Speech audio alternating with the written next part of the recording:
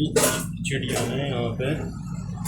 ये घोंसला बनाया है इस जगह पर, और देखना इसमें अंदर में अंडे भी दे दिए, 3 अंडे हैं ये देखो, और थोड़े दिन में इनमें से बच्चे भी निकलेंगे। और ये चिड़िया मुझे कभी दिखती नहीं, इतनी फुर्ती है इसके अंदर, जैसे ही यहाँ पर मैं घुसता हूँ तुरंत ही भाग जाती है। इस जगह पर इसने पता नहीं धागे धुगे जोड़ के पता नहीं कैसे कैसे बहुत ही अच्छा ये इसने घोंसला बनाया और 3 अंडे दिए हैं। थोड़े दिन में जब बच्चे निकलेंगे तब दिखाऊंगा आपको।